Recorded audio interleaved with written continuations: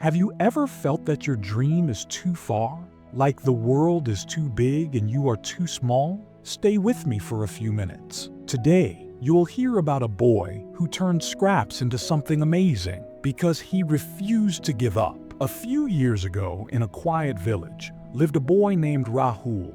Rahul was 12, thin as a stick, with eyes that always searched for answers. His family was very poor. His father worked as a helper at a tea stall. His mother stitched old clothes for neighbors. Their little house had mud walls and a roof of tin sheets. But Rahul had something special: curiosity. He loved to open things: broken radios, old clocks, even a rusty fan. He wanted to build machines that could help people in his village. One hot afternoon, Rahul watched a woman walk for miles to bring water from the well. Her back was bent from carrying heavy pots. Rahul felt a spark in his heart. What if I build something to pull water easily, he thought. That night, while other kids played cricket, Rahul sat near a lantern, drawing on pieces of paper. He imagined a hand-pump cart, a small wooden cart with wheels and a simple lever, so people could pump water and roll it home without pain. But there was a problem. Rahul had no tools,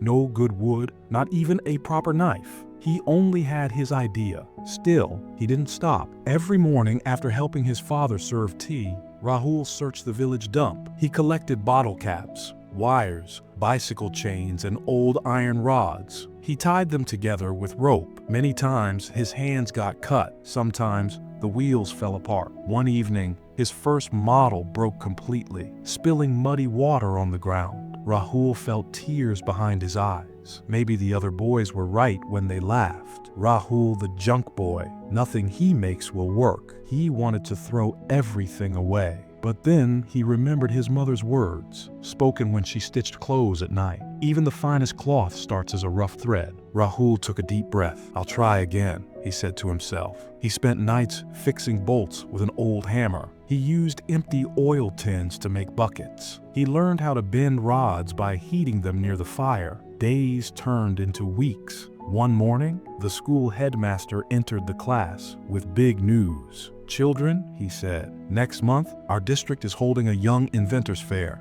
One project from our school will be selected. The class cheered. Rahul felt his heart race. This is my chance, Bar, he thought. That afternoon, Rahul stayed late at school, showing his half-built cart to the science teacher. The teacher studied it, then said, "It's rough, Rahul, but clever. If you can make it work, I'll put your name forward." Rahul worked harder than ever. He woke up before sunrise to collect strong bamboo. He borrowed a small saw from the carpenter and returned it carefully. He even skipped cricket matches while his friends teased him. One evening, after many tries, Rahul finally pulled the handle of his cart and water poured out smoothly into a bucket. He almost shouted with joy. It worked. But 2 days before the fair, disaster came. A storm hit the village. Strong wind tore the roof of their hut and broke Rahul's invention into pieces. Rahul stared at the broken wood, heart sinking. "Why does this always happen to me?" he whispered. For a moment, he wanted to give up. He thought of staying home on the day of the fair. But as he swept water from the floor, his father placed a hand on his shoulder. "Son,"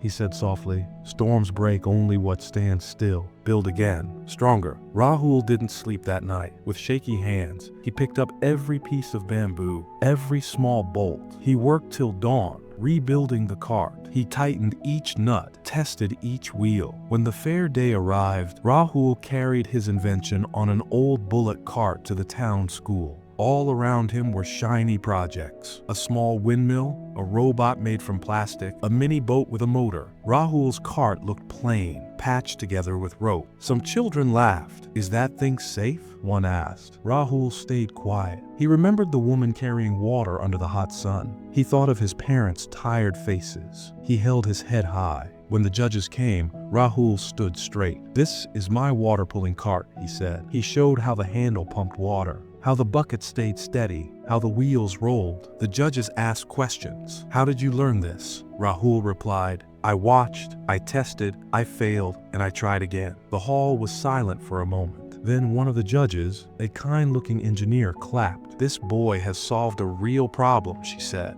This is what we need in our villages. Rahul won the first prize, a set of proper tools, and a scholarship for higher studies. But the greatest reward was seeing the villagers use his cart. Women laughed as they pulled water without bending. Children ran beside them, Splashing and giggling, Rahul's eyes shone. He knew this was just the beginning. He wanted to build machines for farmers, lights for dark homes, small bridges for rainy seasons. Years later, Rahul became a respected inventor, but he never forgot the night he almost gave up and didn't. Rahul's story is a reminder. Your dream may look small at first. People may call it foolish. You may fail again and again, but inside you is a strength that wakes up when you decide to try one more time. You don't need perfect tools or a perfect start. You just need courage to build, break, and build again. Maybe you're standing near your own broken cart today. Maybe a storm has shaken your plans. Don't stop there. Pick up the pieces. Begin again, even if your hands tremble. Because every great change in the world begins with someone